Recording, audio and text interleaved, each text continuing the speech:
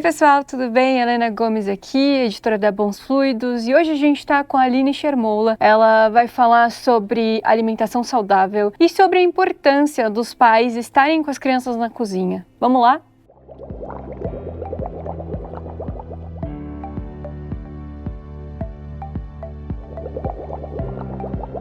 Aline, então vamos começar falando sobre a alimentação saudável. É um problema que os pais passam em casa, né? O que você tem para falar sobre a alimentação saudável das crianças, para mim?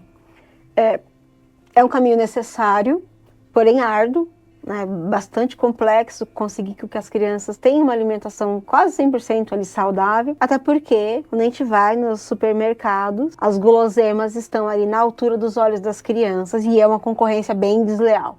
Né? Porque pro paladar deles é tudo muito saboroso, muito docinho, a textura é diferente. E aí a gente apresentar chicória amarga, né, couve e vários outros alimentos assim é bastante complexo. Mas eu tenho percebido a partir da minha experiência como mãe que a gente consegue alcançar bons resultados com bastante insistência. Conta mais sobre isso, então.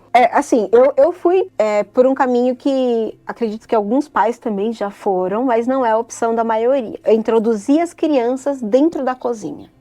Na pandemia ainda, tinha os dois bem pequenininhos, agora o Pedro tá com 8, a Maria tá com 7, então na pandemia eles eram bem cocotinhos, e uma forma de dar conta do trabalho era levando eles também para a cozinha para fazer sua panqueca, seu bolo, seu ovinho, e eu fui percebendo que quando eles ajudavam no preparo, mesmo que fosse de uma forma simples, só colocando o ingrediente, eles ficavam mais entusiasmados para provar. E aí a gente vai, né, caminhando a passos bem largos. E fui insistindo em levar eles para a cozinha. Num segundo momento, respeitando, mas também buscando outros alimentos que eles consomem que têm alguma associação com aqueles que eles estão rejeitando. Por exemplo, tomate. Eu não como tomate, mas você come pizza. Na pizza tem um molhinho ali do tomate, que se não tiver, você não vai gostar porque a pizza vai ficar muito seca. Aí eles olham com desconfiado, então prova, e aí eles vão se abrindo. Mas eu gosto do tomate assado, tomate na salada, não. A gente vai buscando caminhos. Teve um caminho que eu também encontrei, que eu achei bem bacana. Eles fazem compras comigo no mercado desde que eles nasceram. Então o bebezinho vai no carrinho, começa a andar, já quer explorar, e eu sempre pedi para eles pegarem. Então pega aquele suco, pega tal, e eles vão pegando. Isso faz com que eles reconheçam os alimentos. Eu comecei a levar eles para a parte de hortifruti. Então, olha, essa daqui é uma abobrinha. E aí, nossa, mas são diferentes, são diferentes, mas são irmãs, a gente vai dando nomes assim de parentesco, né? E aí eu percebo que eles também vão aumentando o repertório de variedade de alimentos. E aí quando vê a abobrinha a segunda vez, fala, nossa, é aquela que a gente comprou. Deixa eu provar. E aí vão se abrindo. É um caminho, sabe? Assim, a gente vai dando cada passinho de formiguinha, mas chega uma hora que a gente vai alcançando bons resultados. E quanto, por exemplo, à textura? Tem muita criança que implica com textura. O que você tem a dica aí? O Pedro, ele tem qualquer coisa que for pegajoso, ele recusa. Então, ao invés dele tocar, eu peço para ele pegar com talher. Na filosofia africana, a gente tem teorias que explicam sobre comer com as mãos, né? E a sensação de prazer e tudo mais. Então, a gente acaba consumindo bastante os alimentos com as mãos em casa. Mas, quando eu percebo que ele vai ter uma restrição quanto à textura gelatinosa, eu falo, então pega com os talheres. Aí, com os talheres, ele tende a rejeitar menos. Quando coloca na boca, às vezes ele não quer. Mas eu falo, prova, mastiga, sente o sabor, daqui a pouco a textura não vai ser mais importante. Tem uma dica que foi assim, meio intuitiva na hora.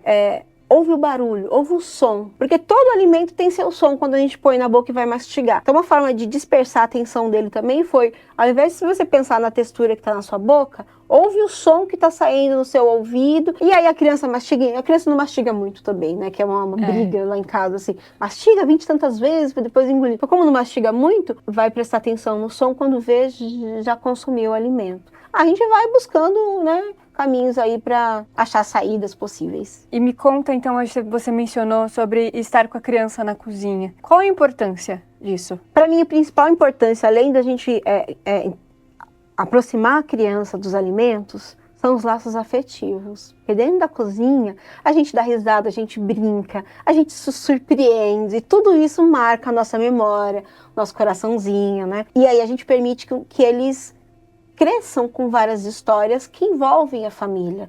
Lá em casa eles não cozinham só comigo, eles cozinham com meu marido, quando vai na casa da minha mãe, cozinham com a minha mãe. Fomos para a Bahia, para casa da minha avó, cozinharam com a Bisa. E aí vão construindo essas coxas de retalhos que vão fazer uma maior diferença pra gente lá no futuro. E eu acredito que isso tudo fortalece a nossa autoestima. Quando a gente tem a segurança de que as nossas relações com os familiares são consolidadas, a gente se sente mais forte. Aí a gente vai para o mundo mais forte. Então eu acho que esses laços de afeto, assim, se não o principal, tá entre os principais bons resultados que a gente tem quando a gente cozinha com crianças, sabe? E você falou, e também a autoestima de saber cozinhar o próprio alimento, né? É muito importante isso. Eu tenho a segurança de que eu sei fritar o meu ovinho, na linguagem que eles falam, né?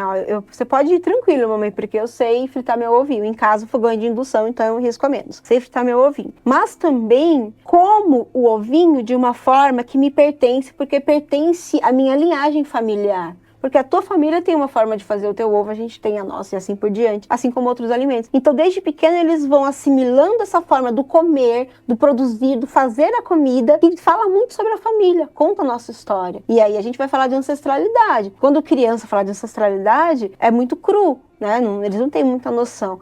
Mas a gente forma essas crianças, seres que sabem lidar com essa ancestralidade, sabem reconhecer essa conexão, que isso no futuro vai fazer total diferença. E vamos falar então um pouco sobre os cuidados na cozinha?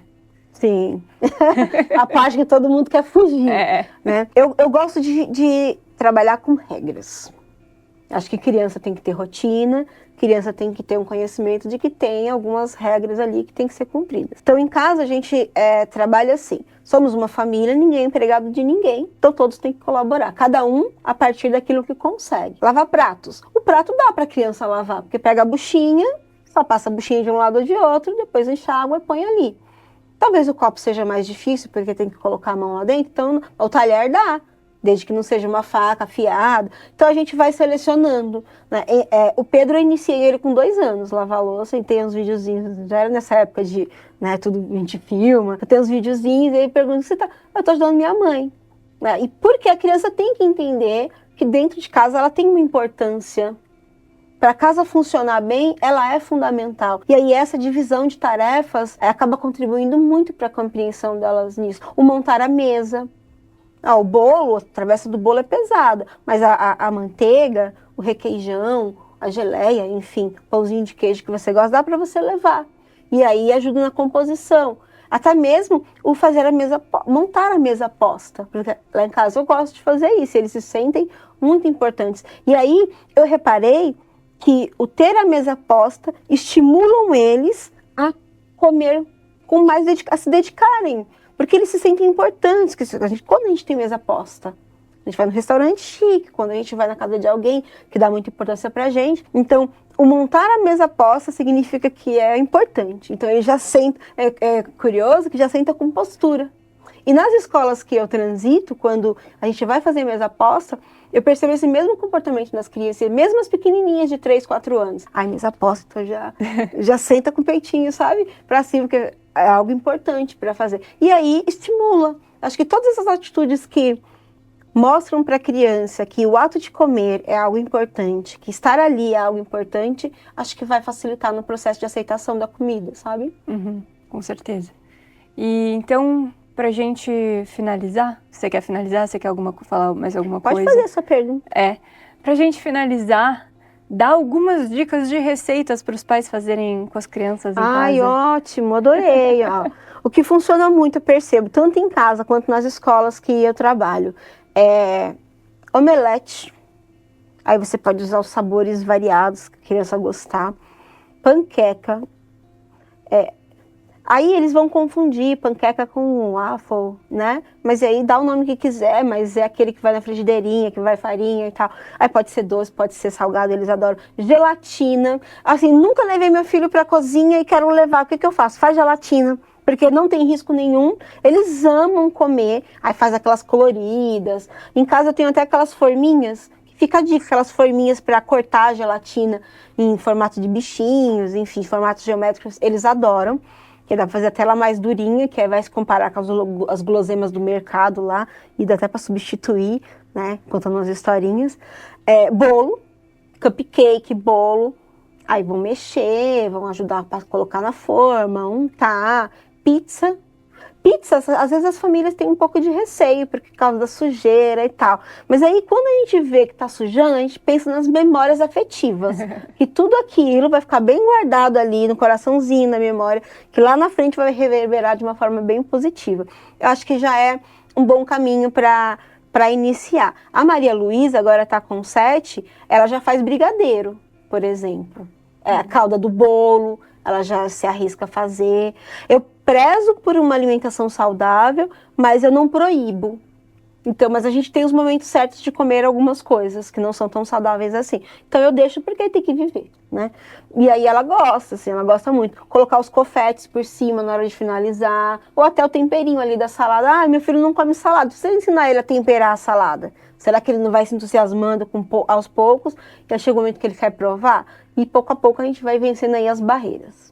E quanto receitas saudáveis? Você deu alguns exemplos de guloseimas e receitas saudáveis, como você deu exemplo, por exemplo, da pizza, que você falou, não gosto do tomate. Tá bom, mas tem tomate na pizza.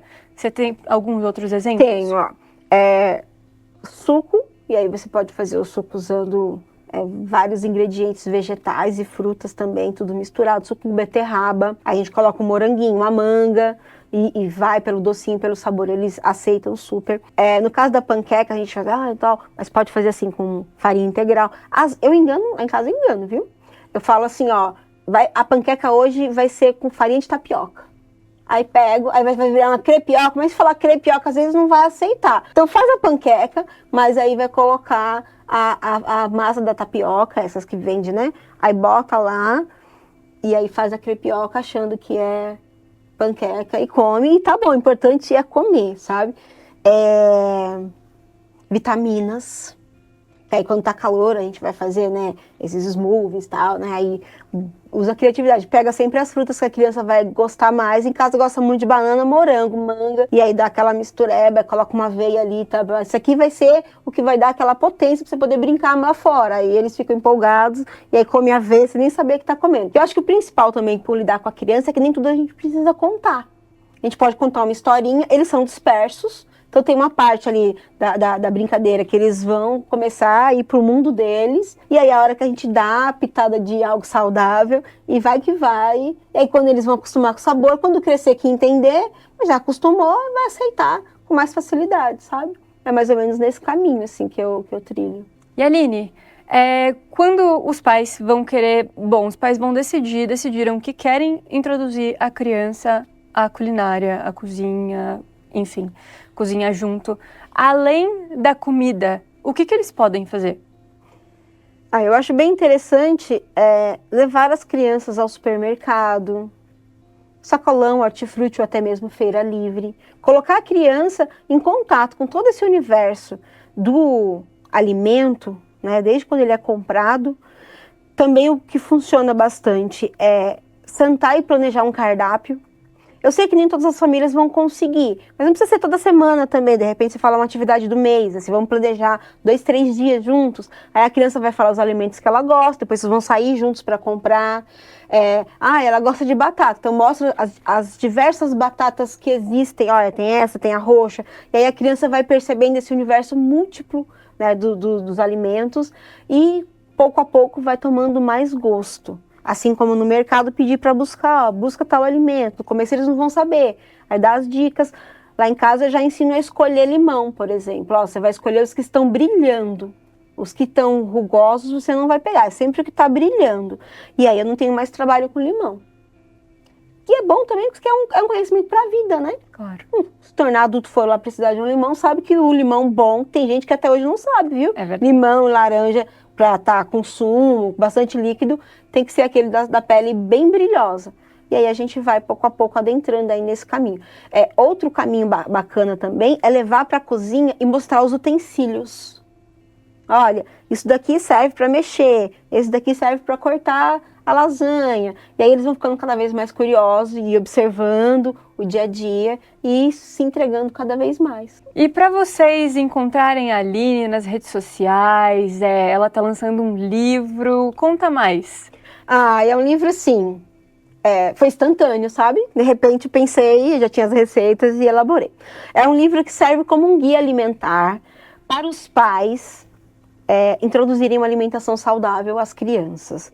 Mas, na verdade, é um livro para a família, porque uma vez que eu vou introduzir uma alimentação mais saudável para o meu filho, eu também vou refletir e a minha alimentação vai se tornar mais saudável, porque aquilo que ele come também eu vou comer, né? Mas traz dicas, assim, de como elaborar uma comida divertida. Então, eu vou fazer um picadinho com batata, cenoura, arroz, feijão. Mas eu trago dicas de como se deixar aquele pratinho com a cara divertida, para a criança olhar para ele e ter vontade de comer. Ou dialogar de alguma forma com aquela comida, de forma que em algum momento ela vá comer, né? Então, espaguete, trago dicas de como fazer cabelinho do boneco, com as frutas, fazer dinossauro, fazer ursinho. Porque a gente vai tornando esse lugar do comer algo lúdico, que a criança tem uma identidade e aí vai se entusiasmando cada vez mais a comer coisas diferentes. Por exemplo, às vezes a criança não come kiwi, mas você faz um ursinho, coloca o nariz do ursinho de kiwi, a criança vai lá e vai comer, eu vou comer o nariz agora, e assim vai indo. Também traz cardápio por faixa etária, então de 1 a 3 anos, depois de 4 a 7 anos, de 8 a 12 anos, porque nessas fases as crianças vão aceitando alguns alimentos, outros não, e vão expandindo também o universo, né? Então traz umas orientações de cardápio e traz 30 receitas, café da manhã, lanche da tarde, almoço, jantar e até guloseimas, para a gente cozinhar se divertindo. A ideia é ser tudo muito leve, tudo muito tranquilo para todos, para ser prazeroso, para guardar na memória todos esses momentos, e aí a gente vai estimular a cozinhar com a avó, qual receita você pode cozinhar com a avó? Aí trago dicas. Qual receita você pode cozinhar com a tia? Entendendo que a tia não quer muita responsabilidade, né? Começou a chorar, vai pro pai, vai pra mãe, né? Qual receita você pode fazer com o seu papai, que às vezes não tá em casa, então, aí trago churrasco, fazer o churrasco, chama você para fazer um churrasco, né, e tal, uma lasanha de domingo, porque cada figura da família, a gente vai ter uma identidade e socialmente a gente também tende a ter um certo comportamento, e aí eu vou trazendo dicas para como lidar em várias situações. Mas o principal que eu trago no livro é essa orientação para uma alimentação mais saudável. Às vezes tem até um ingrediente que não é tão saudável, que é industrializado, mas todo o restante da composição da receita são de ingredientes saudáveis e naturais. E aí a gente vai introduzindo cada vez mais essa criança em contato com o que ela gosta, de uma forma bem saudável, divertida, gostosa. E a gente fica, quanto pais, a gente fica com consciência bem tranquila. Show. E suas redes sociais para o pessoal te encontrar? Eu trabalho bastante com o Instagram, @AlineSchermola, né? Lá eu posto receitas, eu falo bastante sobre alimentos da diáspora africana, eu vou falar da parte nutricional sempre, dos benefícios de consumir tais alimentos e variedades de receitas que a gente pode fazer com cada ingrediente. Legal. Obrigada por você estar aqui, foi ótimo o nosso papo, acho que vai ajudar bastante os pais em casa. E obrigada mais uma vez. Eu agradeço você pelo convite, agradeço vocês pela audiência. Lembrando que no mês de outubro o material vai estar disponível gratuito. Vocês podem entrar lá no aplicativo, só baixar e se divertir. Depois volta para me contar as histórias. Vai estar no link da sua bio? Vai estar no link da bio. A gente vai colocar lá e aí vocês baixam, retornem para dar esse feedback, porque também é tudo uma construção. Né? Às vezes o que funciona para um não funciona para o outro, e a gente fazendo essas trocas, a gente acaba crescendo quanto sociedade.